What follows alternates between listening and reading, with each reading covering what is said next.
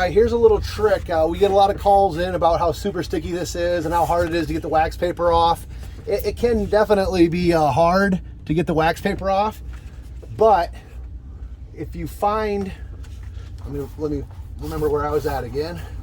If you find an edge on the wax paper, this one's not going to work too good.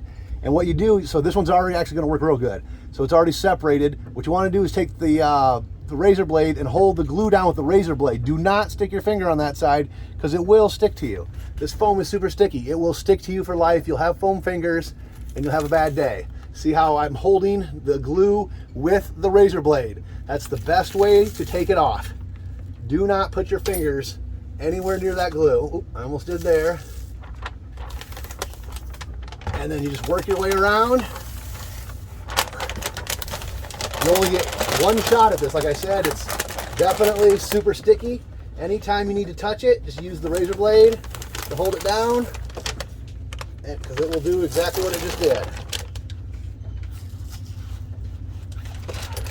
All right.